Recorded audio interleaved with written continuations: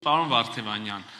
դուք 2017-ին եղել եք Սերժի ցուցակում նախընտրական, 2021-ին եղել եք Քոչարյանի նախընտրական ցուցակում, այսօր թիմն է 2026-ին ուժեղ Հայաստան Սամվել Կարապետյանի, ավելի ճիշտ Նարեկ Կարապետյանի նախընտրական ցուցակում եք։ Այդտենց էլի մարդիկ կլինեն։ Չի ապացուցում արդյոք սա, որ դուք բոլոր այստեղ հավաքվածներից շատերը եւ ձեր գործընկերները մի կալոդի նույն կարտերն եք, որին բաժանողը ամեն ընտրությունում ամեն անգամ տարբեր ձև բաժանում է, կախված այդ պահից, որտեղ կընկնեք, ինչ կլինեք։ Դուք ղեկավարվում եք նույն կենտրոնից նույն մետաձիչկայով։ Ինչ կասեք այս մասին։ Երբեք խնդրում եք։ Ինքը հարց է տալի։ Ինչ հարցը տվեց, լսեցի։